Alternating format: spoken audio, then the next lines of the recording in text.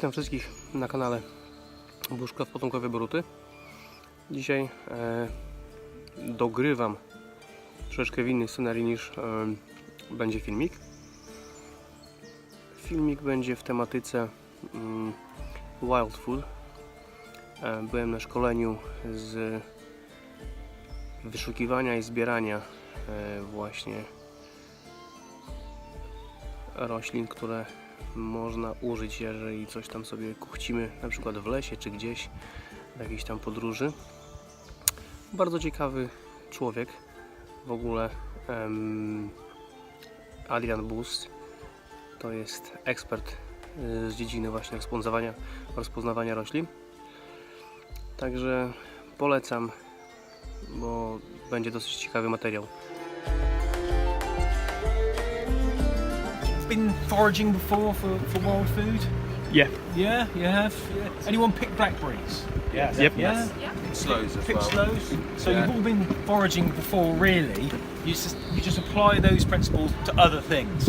So the key thing is to go out with someone who kind of knows what they're on about, but also you've got to look into books as well and try and train yourself, and you do that through repetition. So what I'm going to show you today is the most commonly found, most easiest to identify wild foods. Richard Mabey is a hero. Food for Free, guys, one of the best books you can get. Wild Food by Roger Phillips, and also anything written by John Wright as well, just so you know. So you might be wondering why I've got a stick. Well, that's to fight off other foragers, to make sure. Food for Free. There you go. Another version. Do you have any more? Do you have any more? If you haven't got a basket, of course a hat's a good thing to use because you can put stuff in there. Just don't forget when you put it back on. It's a bit of a mess if your hair stuff. So you're ready, guys? You're feeling tasty? Come on, let's go this way. So jest nas tutaj kilka osób, tak więc zaczynamy. Already, you've got Are they nettles? Can I touch them? Will yeah, they there's sting me? nettles, they will sting you.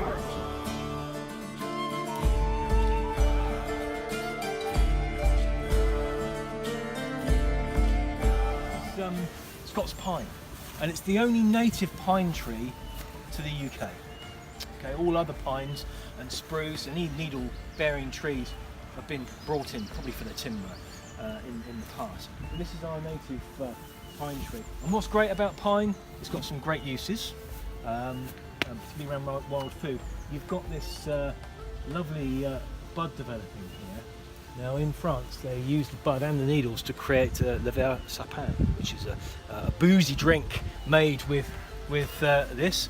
They use sort of fruit alcohol. But we don't tend to get that in this country, so it's gin or vodka, that sort of thing. So you get quite a few of these into a bottle. Have anyone made sloe gin? Yes. It's the same process. So you're just adding lots of these to an alcohol, a bland alcohol, like vodka or gin, and a little bit of sugar. You don't want to put too much sugar in because it will taste like cough medicine. Yeah. Never very nice. But it makes and quite popular when you go to the sort of the Alps, you know. So you have Genepi, you have drinks like this.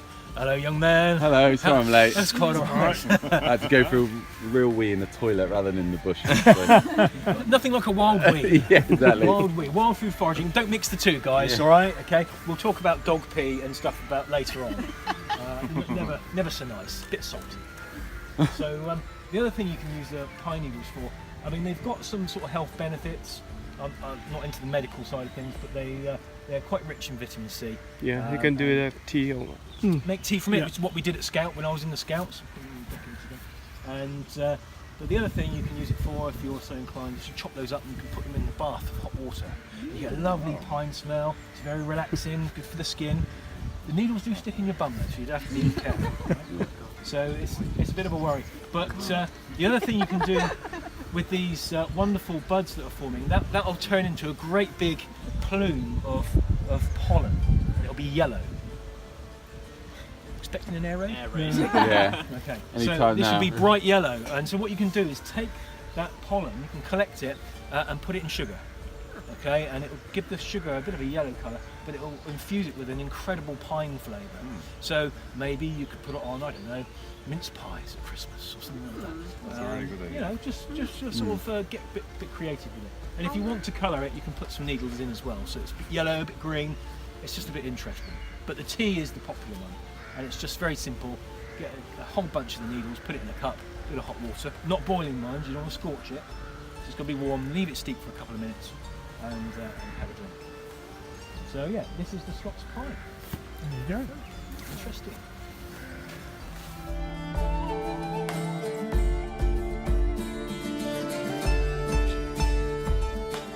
I've stopped you here because there's a lot of stuff just in this one spot, but you do have to sort of do a bit of a loop. So we'll get to everything as we go around. There's one thing just here I wanted to show you guys, and that's this plant here. Now,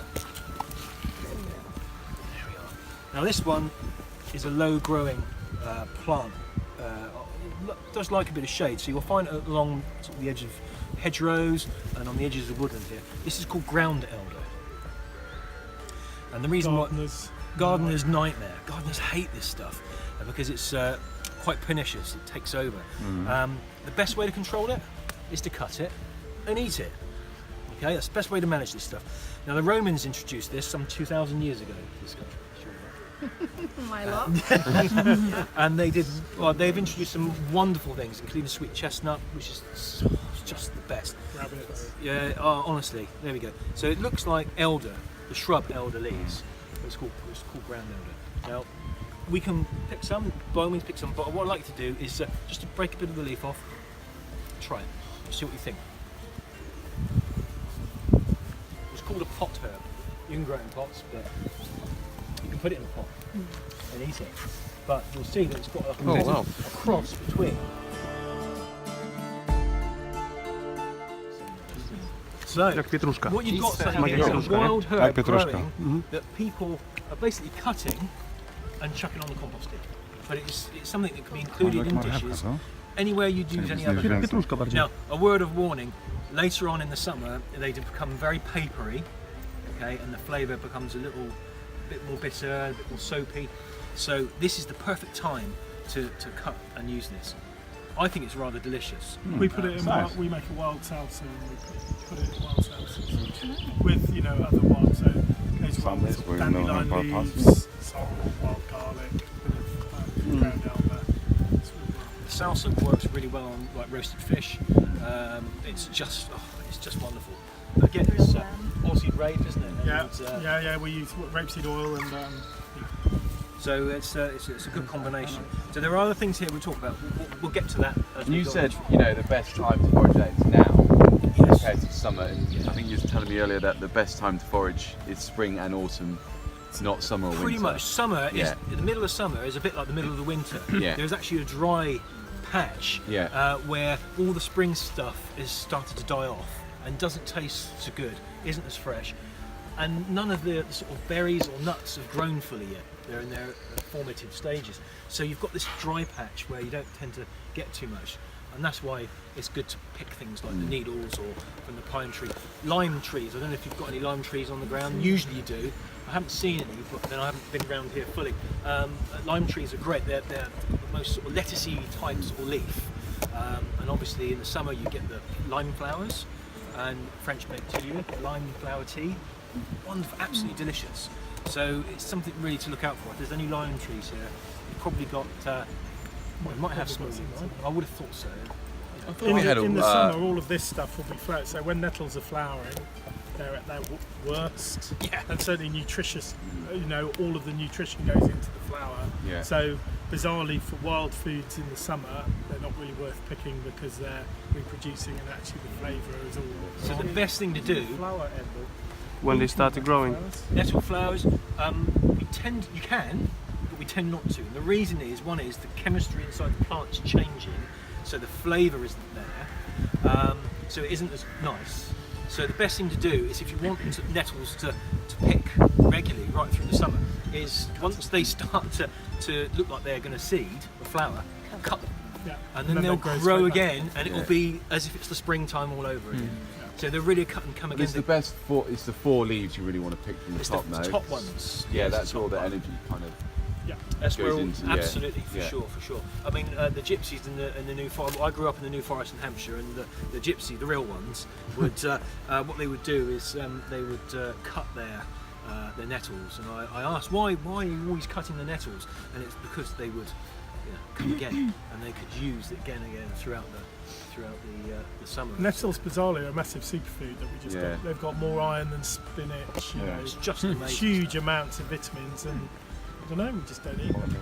We'll get a bit onto some more nettles later on. Yeah. So, in fact, I'll get you to try some.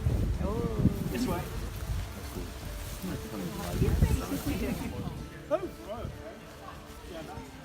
Yeah. Okay, guys, I've stopped you here. It's going to be a bit chilly, so I won't tarry too long. Well, obviously, we've got some of this lovely wild garlic here. Now, we'll have another chance to pick some Just step over. in a bit. Yeah, you Just trod make on it. pesto. The key thing with wild garlic is, you have to remember, is you've got this lovely long, fleshy leaf here, and you'll see that if you look very closely, there's these sort of lines that run down through the leaf. It's got a lovely white flower that's just starting to come out. So every part of this plant is edible. The leaves, the flower stem, and the actual flowers themselves, the white flowers, they're all edible, okay? It'll seed later on in the spring and in the early summer, and they're edible too. The only thing is, obviously, if you're taking all the seed, it can't reseed itself. So you have to spread out your foraging. Don't just take it all from one patch. Take it from several different patches, and then that way you're spreading your love. The other ID feature, guys, is that smell. If it doesn't smell of garlic, wild garlic, it isn't wild garlic. It sounds pretty obvious, but it's really important that you get that ID feature. Recently, I've written an article about identification, and I've taken photographs in the early spring with several different plants growing together, and they're all of the same hue of green, growing in the same habitat in woodland, in this same time of year. And what's happened is people have grabbed handfuls of wild garlic and picked poisonous plants at the same time. No, So that's why we've got to be careful. So come and have a look but at when you this. post it, it comes up. So if you super go around a nice. bit, that's it. Just I'll go show you in a around minute. Okay, that's it, that's lovely. So we've got 2 poisonous plants that grow in the same place at the same time. Okay, so one of them is here. This is called dog's mercury. Now this is considered an ancient woodland indicator species. So the idea being is that if you've got an old woodland, it will have this stuff growing in it, and that is a good indicator that the woodland's getting on, could be up to 500 years old, although I've seen it in woodlands at 150 years old. So it doesn't necessarily hold true all the time, but this stuff's quite poisonous. Okay. The other poisonous plant here is this one, lords and ladies, Arum maculatum. Okay, and you can see from this leaf. There we go. Look, there we go. So it's got a very interesting arrowhead-shaped leaf. Can you see that? Yeah. And you'll see there's a deep V-shaped indentation at the base, and also that on that point of the leaves at the back there. Can you see that? They're very rounded here. This is important because later on we're going to see a plant that's very much like this. It's completely edible, it's not poisonous, but the key difference is that the base of the leaf there is pointed. All right, and I'll show you that, and that will be in the grassland as we pass through there. So what happened recently, I was speaking to a farmer friend, and he was recently given us some wild garlic soup, which is normally very delicious. He said, but the problem is we started to eat it and it was burning my mouth and our throats. And I said, well, show me what was in it. And he had lords and ladies, dog's mercury in the wild garlic soup. And it's because the patch of wild garlic happened to have all this stuff growing underneath it. So people, I call it the green mist of foraging frenzy, which drops across people's eyes, and they just pick everything green in a bunch. So you've got to be very careful with your identification. How poisonous is it? Like, Well, make you sick, for or- us, yeah, it'd make us sick. But if you were very small, very young, or old, or already sick, it could put you in hospital. Oh, But we're talking stomach time, vomiting and diarrhea, bright green and frothy. Oh, a bit like House Press. How much quantity? Normal Saturday night. Quantity-wise, Yeah, it doesn't take that much. But if you think about, I mean, if you're making a wild garlic soup for, I don't know, 4 or 5 people, you're going to be picking, half a basketful of green stuff or more. basket. Really burns. Yeah, they'd be taking quite a bit. If you want to know which plants will kill people, come and see me afterwards, and it's much more effective. Yeah, I'd rather you didn't tell us that. Much more effective than that stuff. An anto order. Okay, guys. Yeah.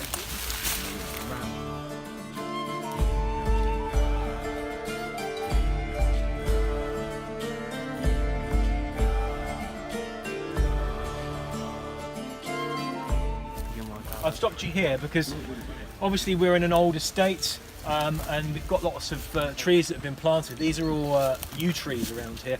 This is Taxus baccata. It's the most poisonous tree pretty much in this country. In fact, it's so poisonous that the toxin this develops is used in chemotherapy. Okay, so some forms of chemotherapy take this stuff. The leaves are poisonous, but also it's concentrated in the seed, in the berries. If anyone says to you, well, I've eaten the flesh of the fruit of yew tree and I'm all right, just don't go there. Don't copy them. It might be in some survival manual somewhere. But to be honest, if you need to eat food because you're in a survival situation, ignore this and go and find some other tasty stuff I'm going to show you in a minute. So the key thing is to carry the knowledge and the information in here and know that you need to avoid this. And when I say that, I mean everything around it as well, just in case. Fungi particularly are brilliant at sucking up heavy metals, and I would never pick and eat fungus around a yew tree, just in case it's formed some sort of mycorrhizal relationship with this and they've exchanged that toxin somehow into the fungus. You never know. I mean, you think Avatar was a great film, but science is just starting to realise that in a woodland like this, all the trees are connected. They're all speaking to each other, and a lot of the plants are wired in to that fungal network as well. So everything really is connected. It's quite interesting. So please don't pick any wild food from around a yew tree, or on an industrial site, or for that matter, a field that might have been sprayed. It's not worth it. Any questions? Have I scared anyone? Yeah. Damn. Okay, I'm gonna try harder. Okay, guys, mind yourselves across the bridge.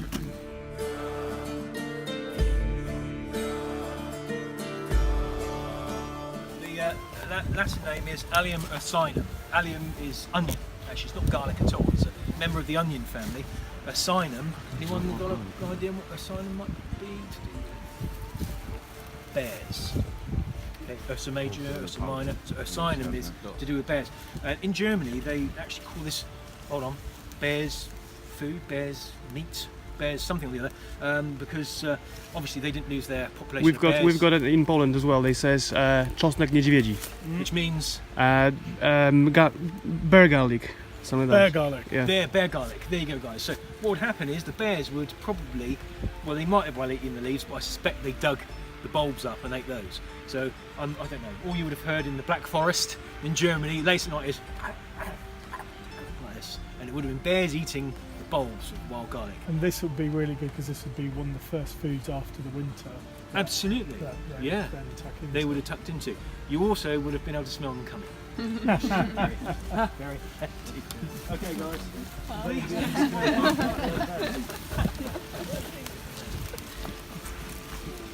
We've obviously got our patch of ground elder here, but there's also this lovely yellow flower here. I'm not sure whether you can all see that.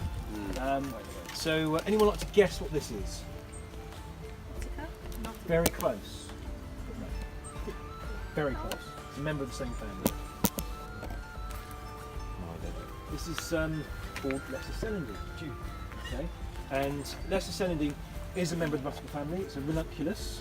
Okay, so it's Ranunculus vicaria. Don't do that. You can eat that. You can. This is called sticky weed. Yeah. Goose grass. Sticky So willy. annoying. Also, it's called as well. Oh, we used to call it as kids, yeah. You can't make it up. Goose grass. The farmers call it goose grass. This is Gallium aperine, and apparently its properties are that it's a good liver cleanser. So if you've overdone it on the slow gin, that's what you need to have afterwards. So you What, just raw? make it into a tea. Billy's a butcher there. Make it into a tea. So, yeah, we never waste goose grass, but it's much more fun to stick on. You can't really eat it as it is because it's got lots of those hairs that cling onto your throat. Okay, so back to our lovely yellow buttercup relative here. It's not the leaves that you eat. and it's not the flowers that you eat. If you ate that in any quantity, bless you, Oh, Darren. killed the sneeze, you would have what is known in the agriculture industry or farming, scouring. And if you've ever seen scouring in cattle, it's that stuff that shoots out the back end of them when they've got diarrhea. And so this will give you that. So what you need to do is not eat the leaves or the fur. What you do is you dig up the roots. So in wild food, there are in the countryside, there's very few sources of carbohydrate. Where they come from, dandelion roots, the roots of lesser celandine, and things like burdock. Okay, so it's those root sort of vegetables, if you like, that are going to give you a minuscule source of carbohydrate. So that's what these guys provide. So you've got to dig it up, okay, clean it, and you've got little pods of carbohydrate about that big. Okay, so then once you've cleaned it up, you can roast it. It doesn't take very long, and they're quite tasty. I mean, I've only ever cooked it in an open fire. So chuck it in the embers of a fire, cover it over in ash, and they're baked within 10 minutes. They're tiny wee. You've got to make sure they're cooked, obviously, because you don't want all that going on. But they're very tasty. What I tend to do is, because I've only ever cooked it, I've never cooked it in a kitchen, for example, but I've only ever cooked it on a fire, and I chuck the whole thing in. The flowers, the leaves, the whole thing. Otherwise, you can't find it again once you're trying to get it out. But it's an interesting thing. So this is possibly one of the roots that our ancestors cooked, because when they've done archaeology, they've revealed in the old fire pits in this area on the Mendip Hills, there's seasonal hunting camps from the Mesolithic period, so 6,000 years ago, before Stonehenge, and they found evidence of this plant along with other seeds and the like in the fire. What happens is it drops down through the fire and gets charred, and that preserves it, falls into the ash, no oxygen. Then the fire pits get covered over.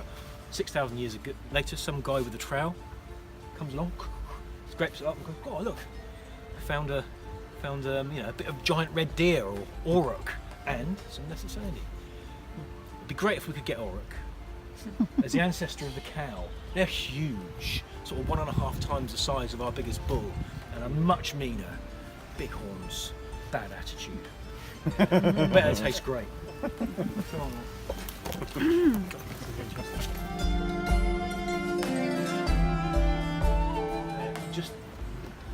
I wouldn't go there. I wouldn't even go trying to find this. It's got quite a nice herby flavour, thus cow parsley. You can see it's got a herb-like leaf, frighteningly similar to some of the very poisonous ones. The key thing is never to pick an umbellifer near a watercourse, okay?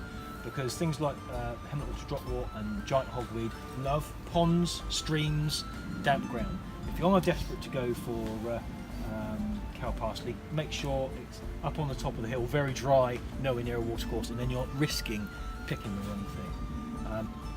It's got an okay flavour. I prefer the ground elder, but you can use it. It's actually related to chervil, which would be the domestic version, and obviously you guys have used that. I'd stick to the chervil. It was me.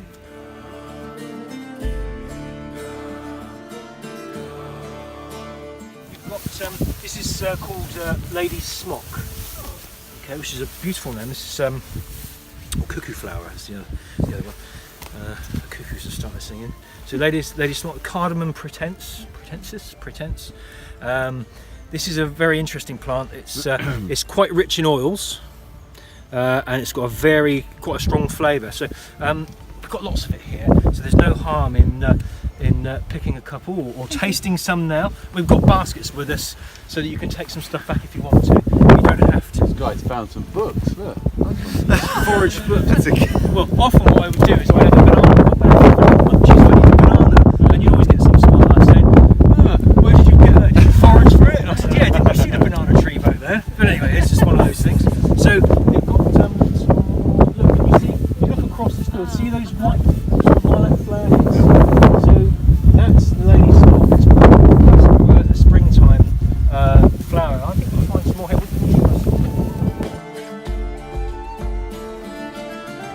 Lady's Smock here. So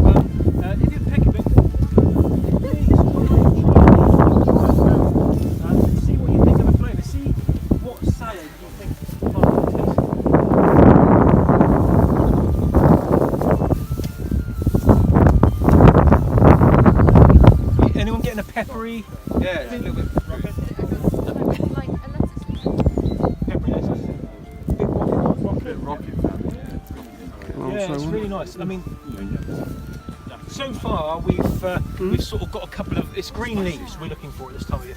This makes a great addition to a salad, and you can dress the salad with the flowers, and that gives it an interesting and sort of unique flavour. Don't forget, a lot of our domestic plants that we use in a kitchen scenario are domesticated from wild things. So your carrot and your cauliflower and your broccoli were all coastal plants originally. So they've been domesticated. They grow well in an agricultural situation. That's why we use them. But if you really want to spice things up and add a bit of extra flavour, then I recommend this one. Now you remember earlier I showed you lords and ladies and that funny leaf? Yeah. There you go. It's got the deep V shape at the base of the leaf. But you can see that the base there is pointed, not rounded.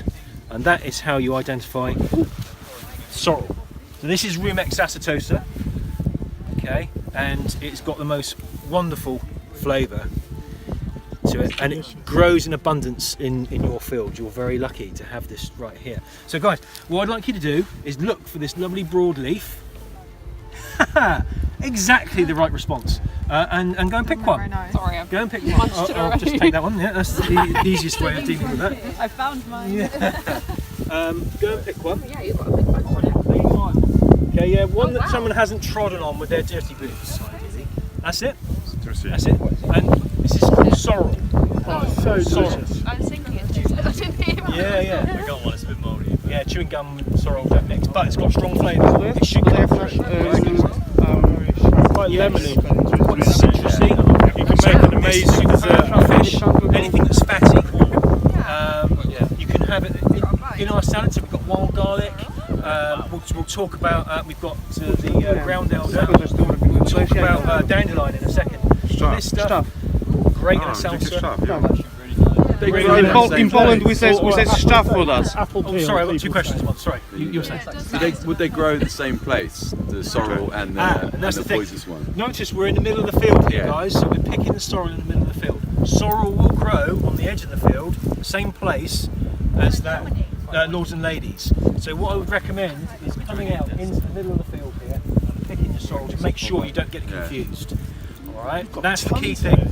It's the simplest way to physically remove yourself from the environment where the lords and ladies will be, and then you're much more guaranteed to get the identification. Poland, you've got them, but the stalks are red.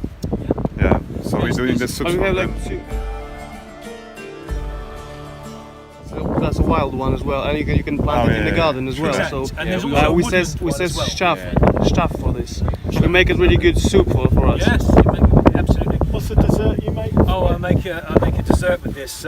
It's basically you take a big bunch of this stuff, and I put it in a very shallow amount of water and cook it down until it goes black. I add sugar and I add sour cream.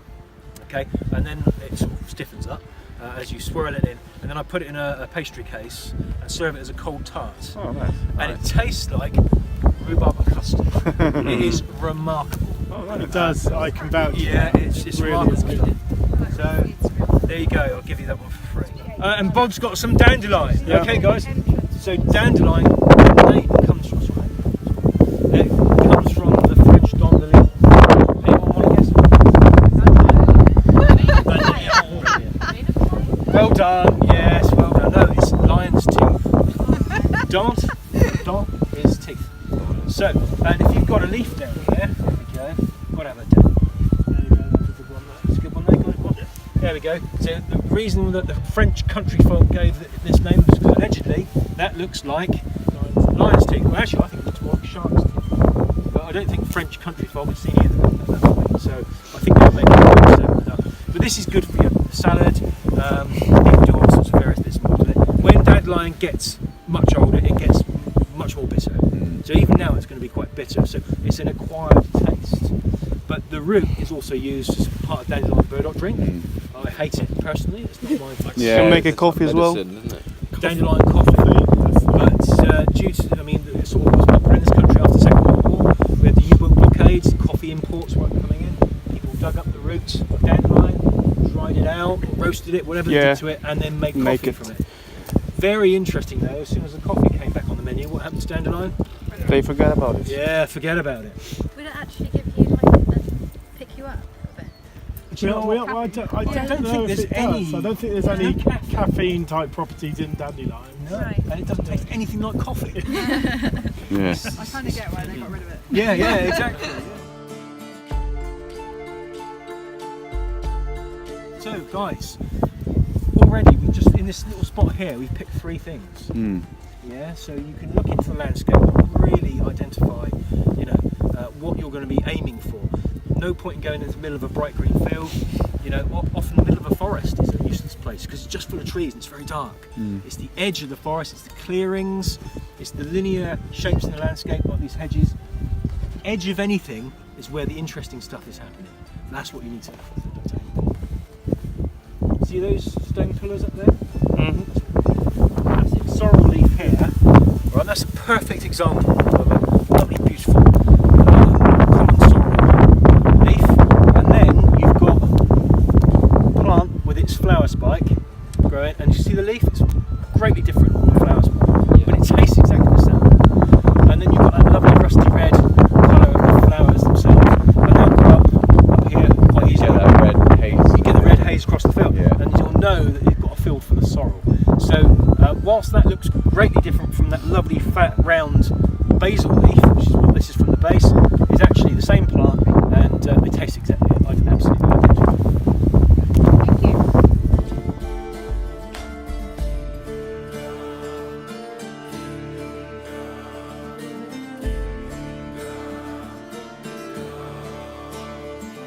So this is all rhododendron, okay, and pretty much nothing grows underneath it.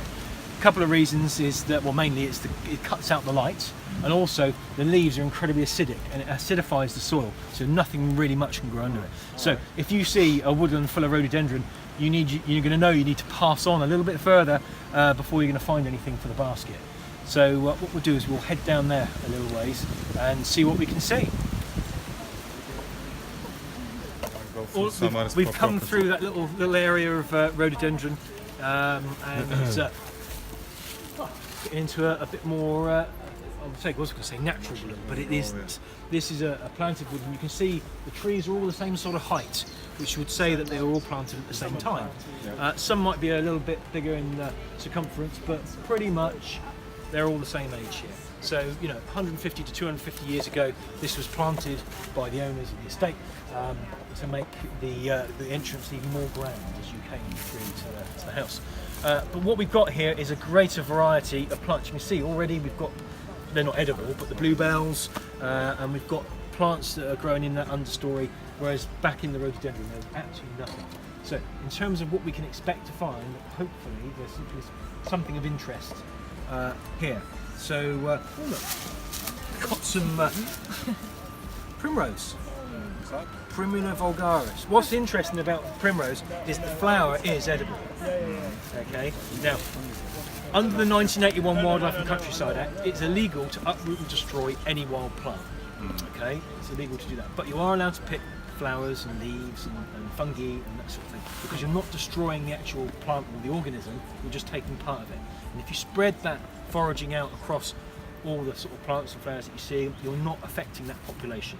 Okay, so that's just worth bearing in mind. Historically, what they would do is pick flowers, dip them in egg white, and roll them in sugar. So they would frost them, and these were cake decorations. So it's a really popular thing to do, and they can do it with violets as well, dog violets. So you have a little tiny wee bit of nectar inside, saying that the egg white and sugar completely covers that, but it looks fantastic. And if you've got the landowner's permission to pick the flowers, which you pretty much have here, then there's no reason why you couldn't use it for a special occasion. It would have to be at this time of year, obviously. Sooner or later, that's all going to go over. The leaves aren't edible, okay? It's just the flowers. What you'll find is there's a lot of flowers that will be on certain shrubs here, hawthorn, blackthorn, for example. They'll be edible also. Dog rose, any of the roses, bramble flowers, all of them are edible. Obviously, bramble flowers, rose flowers will be later in the year, but the principle I like to follow pretty much is that if it bears an edible fruit or nut, then you may well be able to eat the the flower as well. May is the operative word. Okay? I don't subscribe to this idea of tasting a little bit of every tree, shrub and plant that you see and waiting for the effects. There's no need to do that. What you need to do is go out with somebody who knows what they're on about, who can communicate that knowledge to you. Get some books, read the books, practice on yourself, not anyone else, just yourself, and eventually the knowledge will sit with food you. for free, that's a good one. Yeah, it's superb.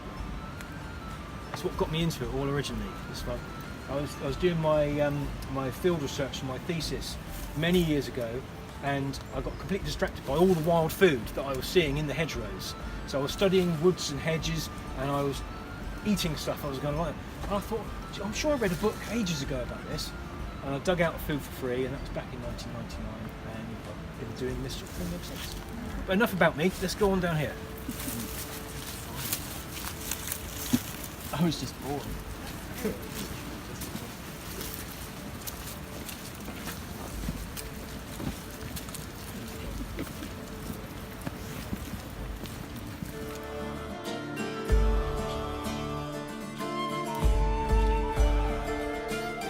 Some primroses growing there. There's the yellow flowers of the lesser celandine against the roots you can eat there. We've got some cow parsley growing, all of which is edible. We've also got the poison stuff, which is the Potomkowie growing here. Bluebells. Ray Mears, you know, the guy, the outdoor bushcraft expert, he did a program some years ago where he chewed up the bulbs of the bluebell and used it as a glue to fletch an arrow. Okay, I knew someone that copied this, managed to swallow most of that bulb, and then spent the rest of the week on the toilet. So, lesson here is do not eat or swallow bluebell bulbs. Okay. What I wanted to show you was this plant here. This is pendulous sedge, Carex pendulata. This one has got an edible seed that grows on it. Now, again, you know, I told you that story about our ancestors and the foods they found, charred foods in the fire. This is one of the things they believe that our ancestors were gathering by the bucket load, or whatever their buckets were 6,000 years ago, 8,000 years ago, and they were collecting this stuff up and they were processing it. And what they would do is crush it up. There was kind of their version of milling it. Unfortunately, it's a bit early. The seed is not ready yet. Yeah, I can see so that. it'll be in the summer. The summer will be ready. But you can see it's starting. It's not ready yet. And what they would do is crush the seed up, add some water, make it into like a paste, and then they would spread it on a stone and bake it by the fire. Now I've tried this. It's not great, just so you know, but there is, you know, it is food. You can tell that it's actually food you're eating. It's got oils in it. It's got, you know, dietary fibre. There's protein, but you've got to collect an awful lot. What you'll find is that there's a lot of husk in there. So yeah, it's, you're getting your fibre. Wholemeal biscuits. Yeah, it's like crackers. It's not great, but you know. But again, it's one of those things. I think that our ancestors were pretty much on the Atkins diet. You know, you know, there wasn't bread, there wasn't pasta, there wasn't, you know, potatoes, there wasn't the carbs that we're used to. You know, they were living on the edge, and the only sweetness they had was wild honey. If they could brave upsetting the bees, you know. So maybe a bit of nectar if they were eating flowers, but that's it pretty much. Okay, guys, what we're going to do? Wander down, go across the crossroads here. And then we're going to go off into the woods. Don't be scared. Again, we've got a bit of a clearing here. We've got some very young sort of hazel and hawthorn growing in this patch. I suspect there was a bigger tree. There's an old stump there that shaded out this area originally. What's happened is that's gone down, disappeared over the years, and it's opened up this area, which allows all these plants to grow here. So we've got the you know, the various bits and bobs. We've got poison stuff and the edible stuff as well. Interesting, you've got some young beech coming through here. You can make a drink called beech leaf noi with the beech leaves. So you take these very young beech leaves, see how lovely and sort of green they are, add alcohol, vodka, gin, whatever, a bit of sugar, leave it to do its thing. It's like a grappa. It's quite sort of bitter, you know, and that's because this is full of tannins, like tea, basically. So beech leaf noi, that's an interesting one. If you get it wrong, it's incredibly bitter. Yeah, it's not a bad thing to go for. And of course, later on with beech, you get the beech masts, and you can crush up beech masts and get the nut out of the middle, and that would be a good substitute for using a pesto. But obviously, the wild garlic isn't around, so it's a tricky one. Okay guys, what we're going to do is we're going to head up through here now, and just be careful of your footing, and try not to hit any. Yeah. The reason why I stopped you here is that this is, to me, what looks like it's a ribes. So this could be red currant, ribes rubrum, or black currant, ribes nigrum. The reason what's great is that woodlands particularly do have a wild population of red currant. So what my task for you guys is to come back in summer, check out these patches of ribes to see which one they are. I've even found white currant in woods. Guarantee you though, it's a garden escaping. So it's highly likely that the kitchen garden had a load of this stuff grown in it, and either the birds have taken the berries and then sat in a tree and dropped it down here, or the gardener had it in the turn up of his trousers and dropped the berries somewhere, but nonetheless they've all taken off here. So there's this stuff dotted all. When you're going along roads or along motorways, you'll see a load of apple trees, and it's because magically someone's chucked an apple core out and it has grown. You try growing an apple from seed though, and you can't do it. Chuck it on the motorway though, fabulous, it'll work. Yeah, it's remarkable. So there we go, that's my task for you.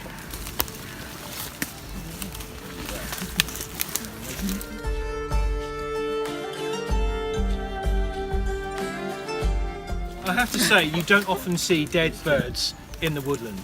Usually they're cleaned up very quickly by foxes, possibly even badgers, to be honest, if they're There's hungry. plenty of them in here, to be honest. And then I have plenty of food in here, that's why probably Yeah, it's still we've here. got pheasant up here, so they're probably taking that.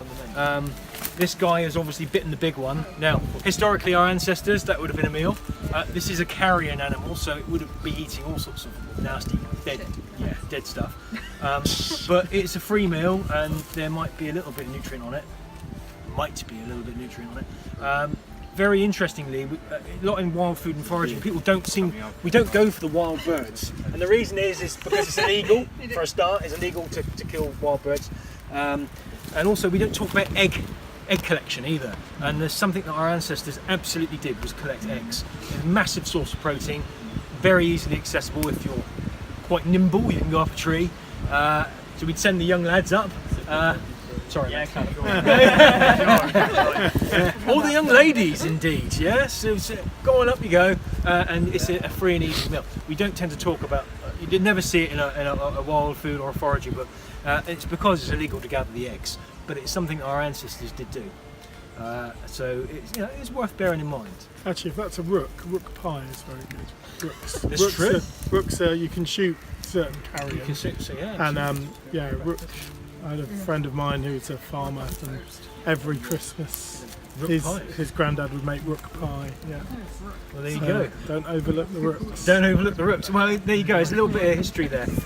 Because they're carrion and considered a bit of a pest, they will be shot. Same with pigeon. Yeah. You can shoot pigeon, so that's no problem at all. Yeah, you can shoot them in here. Yeah, for sure. Pigeon's quite nice. Pigeon's delicious. Yeah. Wood pigeon.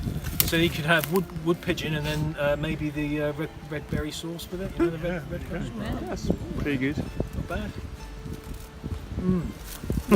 Right, our passage is blocked here, so I'm just going to go around this way. It's a guy here. This is cramp balls.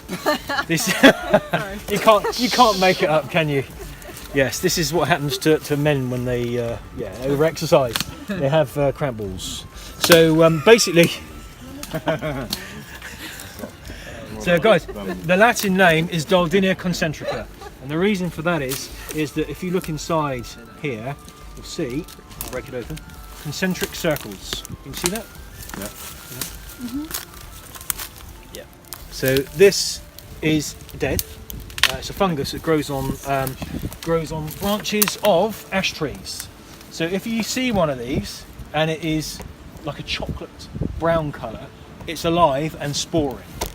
When it's dead like this, and you can see in there the concentric circles, it's not sporing anymore, but pick them, dry them out, they're brilliant for fire lighting. Yeah. Okay, so what you do is drop some sparks on there, put it in a tinder bundle, blow it into flame. Decent size one of these you can keep burning for over half an hour. So if you're moving from place to So we place. can do it from different fungus as well. You Yeah, can there keep is. them up, yeah. Yeah, there is horse's hoof. I do, yeah, I fungus. do it a few times as well. So this is an interesting one. It's great to do with kids. They love that. This is also burning this stuff's great to get rid of mosquitoes and things like that. Was it a Try not to funny breathe it smell? on. There we go. So King Alfred's cakes is the other common name. The reason King Alfred, you know, the great king of wanted to form England way back in the day, he was tasked by a lady to look after the cakes. And of course, he was too busy planning his attack on the Vikings. He wanted to give Guthrum a good kicking, and he forgot completely about the cakes and burnt them. And that is how these got their name. King Alfred's cakes, the burnt cakes. Have another one. Do not eat them. They are not edible. There you go.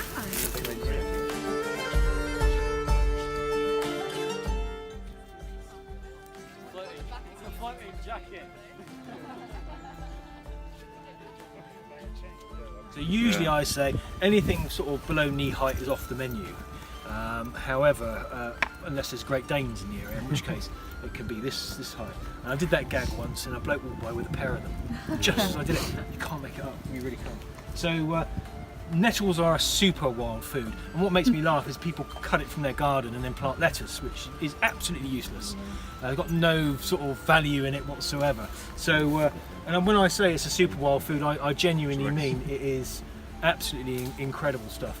It's got more iron in it than spinach. It's got loads of vitamins. It's got nitrogen. It's got phosphate in it, which is great for your nervous system. It's got antihistamines, and it's got more protein by dry weight than any plant. It's full of protein. Who knew? You know. So this stuff really is a super wild food. I could teach you how to pick it without gloves. Alright, good. So if you want to come over here, we'll try and avoid the doggy bit. You can eat them like that as well. You can. That's what I'm going to get everyone to do. This is a classic. I think this has gone round every bushcraft school in the world. Okay guys, so what I want you to do is make this shape with your thumb and forefinger. Come on out, that's everyone. Come on, it's audience participation time. Lovely. So what you're going to do is you're going to make this shape with your hand, and you're going to come in and pick out the very top in an upward motion. So what you've got here is the very tip of the nettle. This is where all the growth is, all the energy. And you'll see that the stinging hairs all kind of point upwards. So when you pick it in this direction, you're flattening down those stinging hairs, and up it comes. So this is the showing off version, okay? So then what I'd like you to do is in the middle there, you've got this lovely fresh bud growth. There we go. So what I want you to do is just roll it up between your thumb and forefinger, and you're going to break up those stinging hairs, okay? And then when it's all gone all dark green and all the juice is coming out, pop it in your mouth and give it an eat. And tell me what garden vegetable you think it tastes like.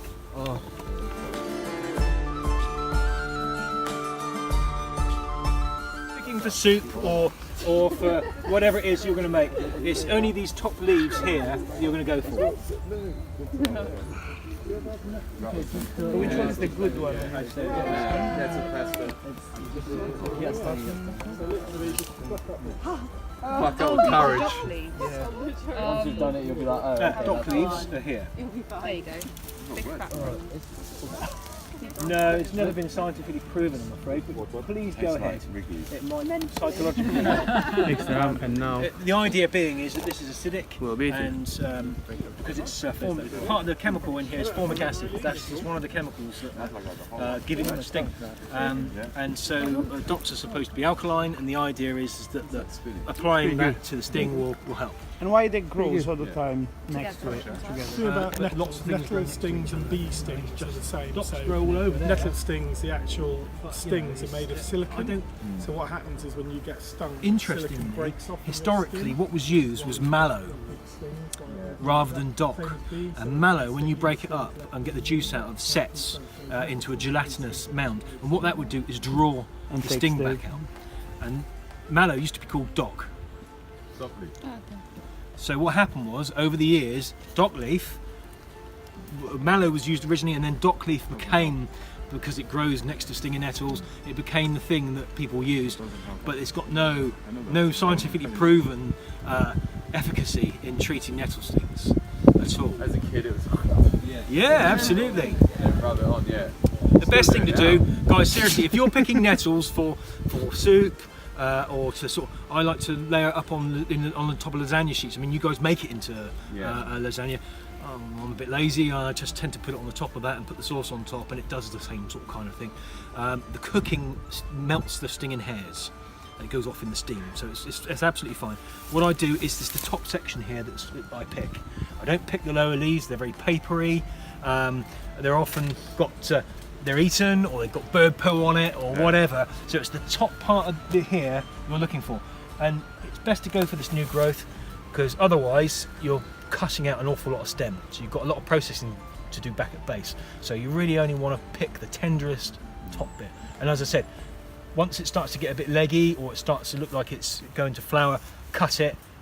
A few months, a month later or so, it will start growing again, and then you've got fresh nettle leaves to go again. So this is something I would absolutely recommend having on 100% on the menu somehow. Yeah, we do it in nettle pasta quite a bit. Nettle soup's a good one. Nettle soup's superb. Nettle verde is also. Ah, fantastic again. Yes, so it's brilliant that you utilise this so much. I applaud that. But it really is a wonderful, wonderful thing. More iron than spinach. I mean, come on. If you ever need to get, does anyone get hay fever?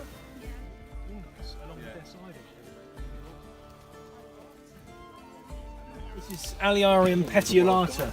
Okay, so it's loosely related to the onion family. It's this plant here. Can you see that? It's got lovely sort of large heart-shaped leaves with these sort of indentations that run all the way around. What will happen is it will grow up to this height, and you can just see the little flowers beginning there.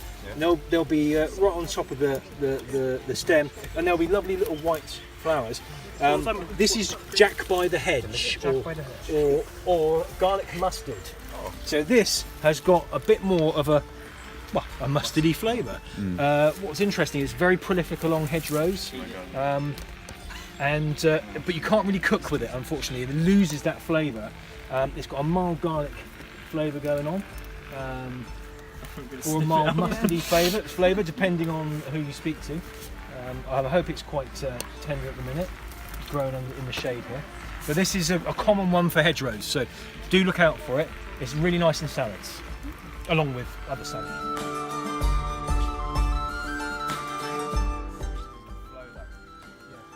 Yeah, it's not sort of turning over, I suppose.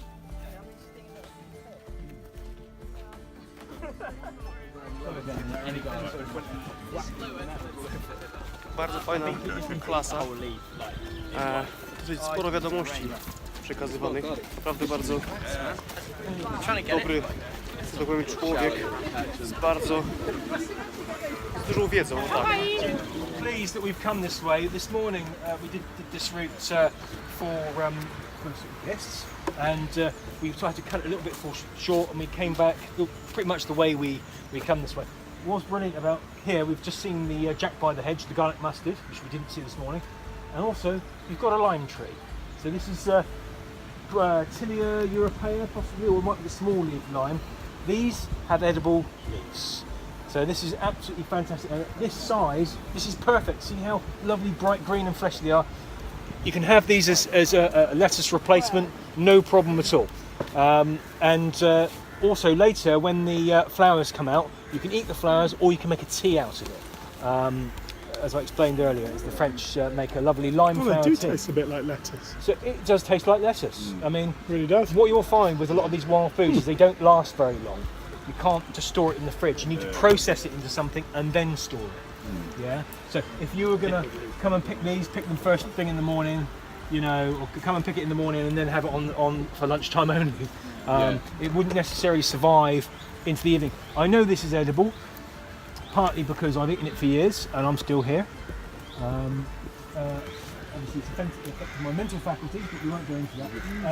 But I've got a horse, so I've got this horse, and it gorges on this stuff, and he's alright. So if my horse can eat it, I'll eat it. But I wouldn't necessarily use that as a rule of thumb. It's just me. Okay. So there we go. You've probably got more of these on the estate here somewhere. It's, classic for lime trees that haven't been managed is that they sprout from the bottom like this. So it's a good one to look out for. I like the taste of this. It's good. That's a good one for your bushcraft. Look out for the lime, and you can eat that. Part of a good salad for the spring. Also, like I heard about, you can eat some young leaves from the beach as well. Yeah, you can, really good. but they get very bitter. Yes, but later. But you need to get first one when the yellow weeds. Yes. Yeah, when it's very small like this, it's okay. Never tell her I'm gonna have problems. It's very good. Look, and we've got cherry as well.